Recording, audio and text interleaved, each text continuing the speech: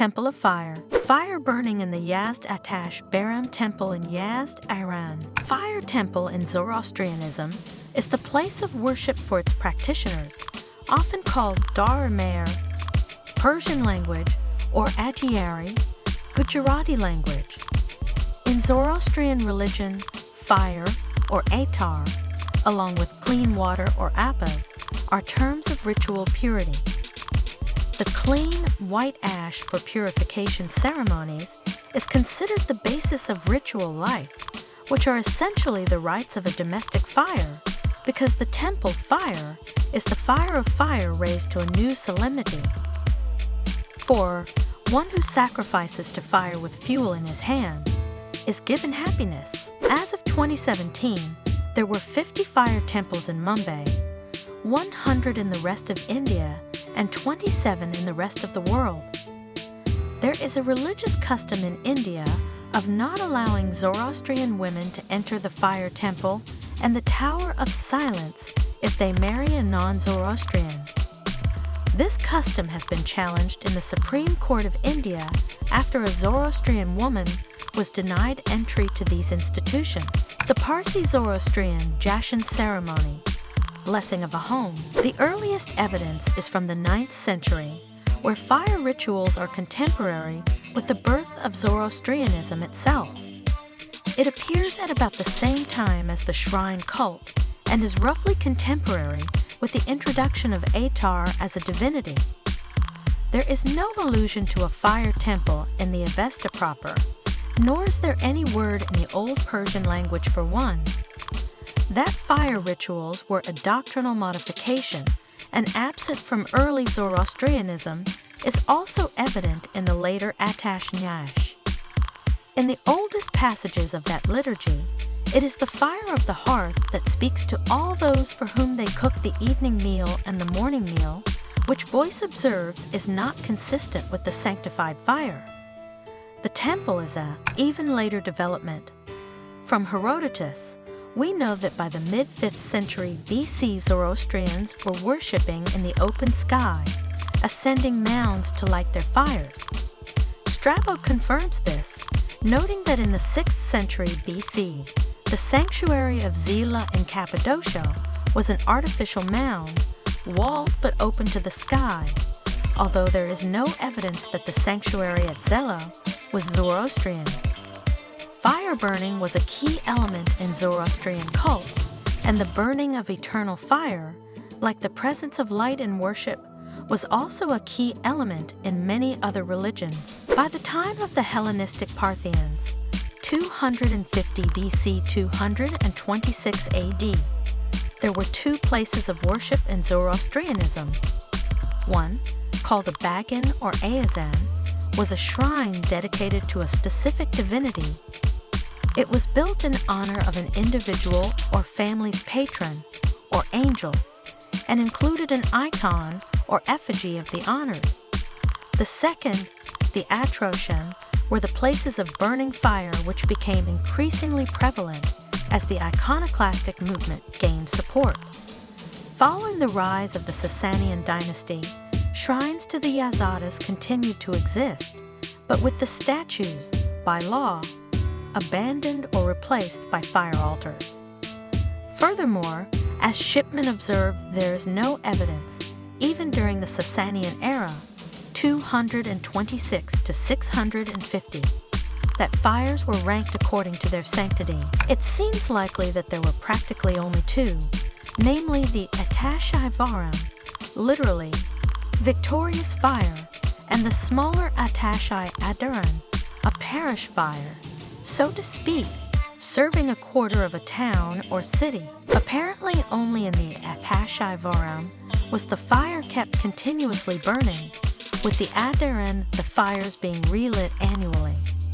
While the fires themselves had special names, the structures did not, and it has been suggested that the prosaic nature of the Middle Persian names, Kadeg, man, and Xanag are all words for an ordinary house, perhaps reflects a desire on the part of those who fostered the temple cult to keep it as close as possible in character to the ancient hearth fire cult and to discourage its development.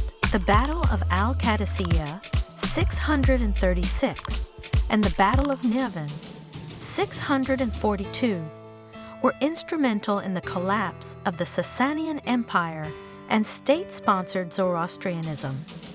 The destruction or conversion into mosques of some fire temples in Greater Iran followed. The faith was largely practiced by the aristocracy, but no large fire temples existed. Some fire temples continued for their original purpose, although many Zoroastrians fled. In recent times, several fire temples have been rebuilt in Iran, as Zoroastrianism is now tolerated. In 1978, a modern fire temple was built in Isfahan. An 8th century Tang dynasty clay figure of a Sogdian man with a distinctive hood and face veil, possibly a camel rider or even a Zoroastrian priest performing a ritual at a fire temple. Veils were worn to avoid contaminating the sacred fire with breath or saliva. Museum of Oriental Art, Turin. The oldest remains of what has been identified as a fire temple are those on Mount Kajan near Lake Haman in Sistan. Only traces of the foundations and ground plan survive and have been provisionally dated to the 3rd or 4th century BC. The temple was rebuilt during the Parthian period, 250 BC 226 AD, and expanded during Sasanian times, 226 to 650 AD. The characteristic feature of the Sasanian fire temple was its domed sanctuary where the fire altar stood. These types of sanctuary always had a square plan with a pillar at each corner supporting the dome. Archaeological remains and literary evidence from Zen's commentaries on the Avesta suggest that the sanctuary was surrounded by a domed shrine, passageway on all 4 sides. At a number of sites, the dome, usually made of rubble masonry with stone quartz, is all that survives, so such ruins are popularly called fars, kahartak, or 4 arches. Temple ruins from the Sasanian period have been found in various parts of the former empire, mainly in the southwest, Fars, Kerman, and Elam. But the largest and most impressive are those at Atar Gushnasp in Media Minor. Many more ruins are popularly identified as the remains of Zoroastrian fire temples, even when their purpose is evidently secular in nature, or they are the remains of a temple of the sanctuary cults, or, as is the case with a strong fire temple and monastery at Sirkani, Azerbaijan, unambiguously belonging to another religion. The remains of a fire altar, most likely built during Yazdegerd-Tew's reign 438 to 457, proselytizing campaign against the Christian Armenians, have been found directly beneath the temple. Main altar of the Ekmi Adzin Cathedral, the seat of the Armenian Apostolic Church. Great legendary fires, eternal flame, at the Baku Fire Temple, also known as Hga of Baku. Apart from relatively minor fire temples, 3 are said to be derived directly from Ahura Mazda and are thus the most important in Zoroastrian tradition. These were the great fires or royal fires of Atar Berzin-Mehr, Atar Farnbag, and Atar Gushnasp. The legends of the great fires are probably of antiquity, for by the 3rd century, miracles were said to occur at the site, and the fires were popularly associated with other legends, such as those of the folktale and its heroes Faradin, Jamshid, and Rostam. The Bundahishan, a collection of Zoroastrian cosmogony and cosmology texts written in the Pahlavi script that was completed in the 11th or 12th century, states that the great fires existed from creation to propagate faith, dispel doubts, and protect all of humanity. Other texts note that the great fires were also vehicles of propaganda and symbols of imperial sovereignty. The priests of these respective royal fires are said to have competed with each other to attract pilgrims by promoting the legends and miracles that supposedly occurred at their respective sites. Each of the three is said to have reflected social and feudal divisions. The fire that is farnbag has made its place among the priests. The fire that is gushnasp has made its place among the warriors. The fire that is Persian mitro has made its place among the farmers. Denkard 6.293. These divisions, from an archaeological and sociological point of view, are revealing because they make clear that, from at least the 1st century BCE onwards, society was divided into 4, not 3, feudal estates. The farnbag fire, translated as the fire given by glory by Dharmastiter, was considered the most revered of the 3 because it was seen as the earthly representative of the atar spanishta, the most holy fire of Yasna 17.11, and is described in a Zen commentary on that verse as burning in paradise in the presence of Ormuz. Panorama of the ruins in Tat-e Sulayman, Western Iran. Although in the eyes of contemporary Iranian Zoroastrian priests, the 3 fires did not really exist, fire temples rather belonging to the mythological realm, several attempts have been made to identify the locations of the great fires.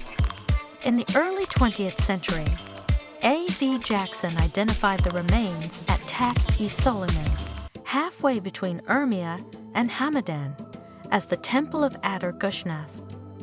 The location of the fire of Mithras, that of Persian mehr, was identified with reasonable certainty by Jackson to be near the village of Mehr, halfway between Mayandasht and Sabzivar, on the road from Khorasan to Nishapur. The Lesser Bundahishan, Hindu, records the farnbag fire having been on the mountain, possessing glory in Khwarazm, but then moved over the shining mountain in the district of Kabul, as there it still remains. That the temple once stood in Khwarazm is also supported by the Greater Bundahishan and by the Zatsparam text. However, according to the Greater Bundahishan, Iranian, it moved over the shining mountain of Kavarvand in the district of Kar. The rest of the passage is identical to the Indian edition. Dharmastiter identified this. If this identification is correct, the Farnbag Fire Temple lies 10 miles southwest of Juwan, midway between Joram and Lar. Udvada Atash Biram in 2009, located in Gujarat. According to Parsi legend, when a group of refugees from Greater Khorasan landed in western Gujarat over 1,000 years ago, they had the ashes of this fire with them. It is said that this ash served as the bed for the fire in Udvada today. This fire temple was not always in Udvada. According to Kissa-i Sanjan, History of Sanjan, the only extant account of the early years of the Zoroastrian refugees in India, and composed at least 6 centuries after their arrival, the migrants established an Atash Warharan victorious fire in Sanjan, a town near Gujarat. Under threat of war, probably in 1465, the fire was moved to the Bharat Caves 20 kilometers south of Sanjan, where it remained for 12 years. From there, it was moved to Bansda, where it remained for another 14 years before being moved once more to Navsari, where it remained until the 18th century. It was then moved to Udvada, silver coin of Yazdigar II, with a fire altar and 2 priests or attendants. Although there are numerous eternally burning Zoroastrian fires, with the exception of the Warharan fire, none of them is older than 250 years. The legend that Indian Zoroastrians invented the Afrinigan, the metal urn in which the sacred fire is kept today, when they moved the fire from Sanjan to the Bharat Caves, is untenable. Greek historians of the Parthian period reported the use of a metal urn as a vase to carry the fire.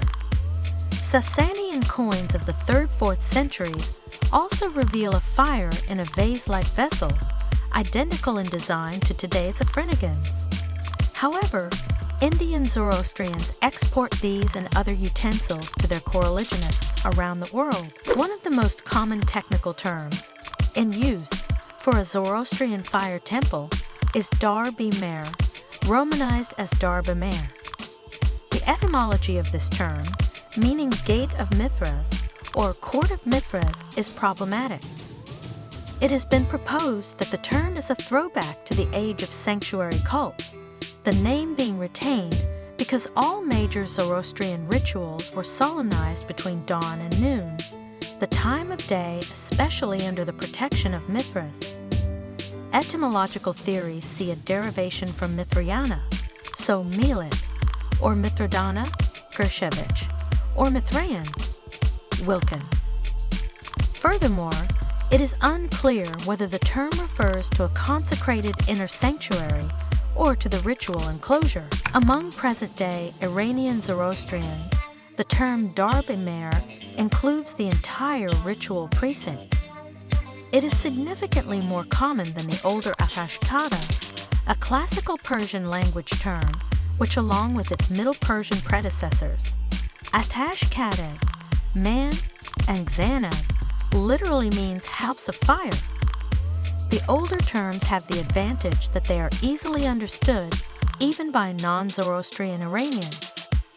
In the early 20th century, the Zoroastrian calendar-based Bombay Facilis revived the term as the name of its first fire temple, and later in that century, the Zoroastrians of Tehran adopted it for the name of their main fire temple. The term dar-e mehr is also common in India, though with a slightly different meaning. Until the 17th century, the fire, now at Advata, was the only one that burned continuously in the Indian subcontinent. Each of the other settlements had a small building in which rituals were performed, and the fire from which the priests rekindled whenever necessary from embers carried from their own fires. The Parsis called this unconsecrated building dar-e mehr or agiyari. The latter is the Gujarati word for firehouse, and thus a literal translation of ashkata. In recent years, the term dar-e mehr has come to refer to a secondary sacred fire for daily ritual use that is present in the most prestigious fire temples. Abroad, particularly in North America, Zoroastrians use the term dar-e mehr both for temples that have a fire that burns eternally and for sites where the fire is lit only on special occasions. This is largely due to the financial support of such places by one Arbab Rustam Gul, who preferred the Iranian dialectical form.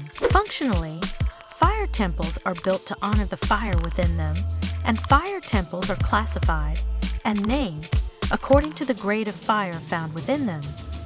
There are 3 grades of fires: the atash daga, atash adaran, and atash baram. The atash daga is the lowest grade of sacred fire and may be consecrated over the course of a few hours by 2 priests, who alternately recite the 72 verses of the Yasna liturgy.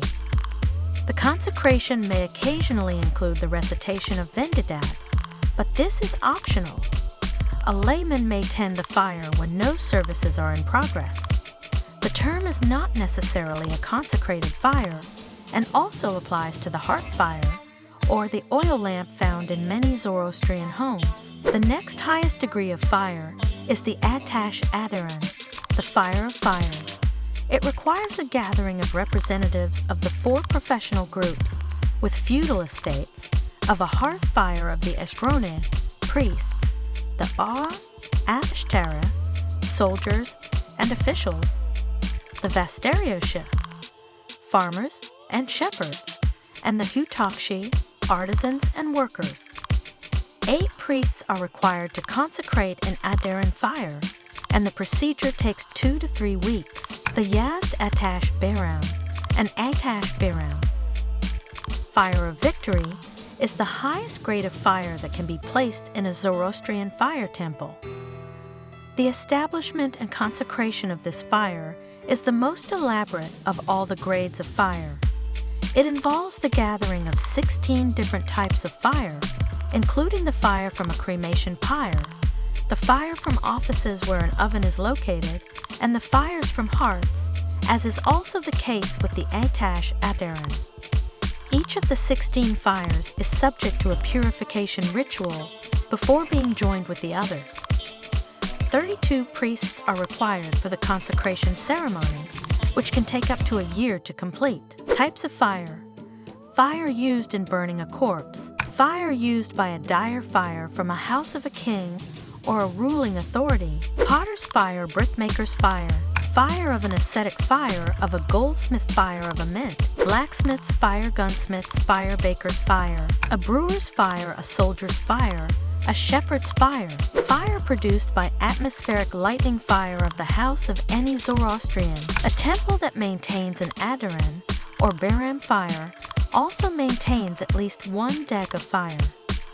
In contrast to the adaran and beram fires, the dag of fire is the one at which the priests perform the rituals of the faith, and to which the public turns to invoke blessings for a specific individual, family, or event.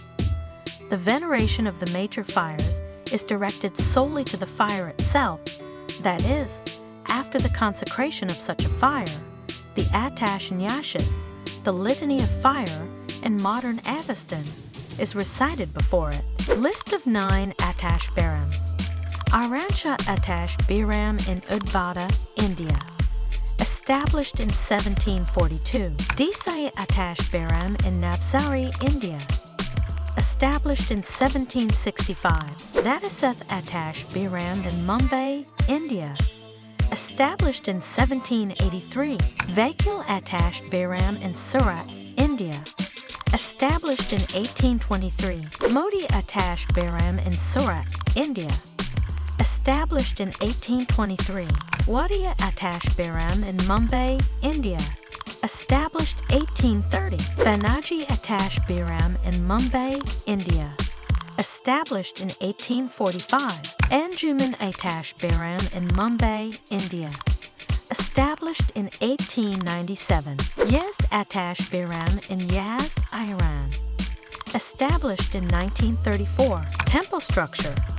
The entrance of a Mumbai fire temple, showing a lamasu. A view of the Atashgag, Iran, fire temple structure on the hilltop. The exterior facade of a Zoroastrian fire temple is almost always intentionally nondescript and unadorned. This may reflect an ancient tradition, sustained by the prosaic nature of the technical terms for a fire temple, where the primary purpose of a fire temple is to house a sacred fire and not to glorify what would otherwise be simply a building. The basic structure of today's fire temples is always the same. There are no indigenous sources older than those in the 19th century that describe an Iranian fire temple. The 9th century theologian Manishur noted that they had a standard floor plan, but where exactly that was is unknown, and it is possible that temples there today have features that are of Indian origin. Upon entering, one passes through a large space or hall where congregations, also non-religious, or special ceremonies may take place. Adjacent to this, or sometimes on a floor level above or below, the worshipper enters a smaller anteroom. Connected to this anteroom, or within it, but not visible from the hall, is the innermost sanctuary, in Zoroastrian terminology, atasha, literally place of fire, in which the actual fire altar is located. A temple in which a yasna service, the principal Zoroastrian act of worship, accompanying the recitation of the yasna liturgy, may be held will always have, attached to it or on its grounds, at least one well or stream or other natural water source. This is a critical requirement for Abzor, the culminating rite of the yasna service. Only priests attached to a fire temple may enter the innermost sanctum, which is enclosed on at least one side and has a double vaulted roof. The double dome has vents to allow smoke to escape, but the vents in the outer dome are offset from those in the inner dome, thereby preventing dirt or rain from entering the sanctum sanctorum. The sanctum is separated from the antechamber by dividers or walls with very large openings and is slightly elevated from the surrounding space. The walls of the sanctum sanctorum are almost always tiled or marbled, but otherwise undecorated. There are no lights, apart from the fire itself, in the inner sanctum. In the Indo-Zoroastrian tradition, which is not evident in recent buildings, are designed in such a way that direct sunlight does not enter the sanctuary. In one corner hangs a bell, which is rung 5 times a day at the boy, literally, good fragrance ceremony, marking the beginning of each ga, or watching. The tools for maintaining the fire, which is always fueled with wood, are simply hung on the wall, or as sometimes happens, stored in a small room that can be accessed through the sacred place. In India and in Indo-Zoroastrian communities abroad, non-Zoroastrians are strictly forbidden to enter any space from which the fires can be seen. While this is not a doctrinal requirement, that is, it is not a mandate specified in the Avesta or the so-called Pahlavi texts, it has nonetheless developed as a tradition. It is, however, mentioned in a 16th century epistle of Rivayat. Furthermore, entry to any part of the facility is sometimes reserved solely for Zoroastrians. This precludes the use of the temple hall for public, even secular functions. Zoroastrians insist, however, that these restrictions are not intended to offend non-Zoroastrians and point to similar practices in other religions. A Dorian fire temple in Tehran. When the adherent enters the antechamber before a sanctum sanctorum, he or she will offer dried sandalwood or other sweet-smelling wood to the fire. This is in accordance with the doctrinal statutes expressed in Vendidat, which, in addition to listing which fuels are appropriate, also reiterates the commandments of Yasna 3.1 and Yashts 14.55, which describe which fuels are not, in particular wood. In the current Zoroastrian tradition, the offering is never made directly, but is placed under the care of the celebrating priest who, wearing a cloth mask over his nostrils and mouth to prevent contamination of breath, uses a pair of silver tongs and places the offering into the fire. The priest will use a special ladle to offer the sacred ash to the layman, who will then apply it to his forehead and eyelids, and may take some home to use later in a kushti ceremony. A Zoroastrian priest does not preach or hold sermons, but simply tends to the fire. Attendance at the fire temple is particularly high during seasonal celebrations, and especially for the New Year Nowruz.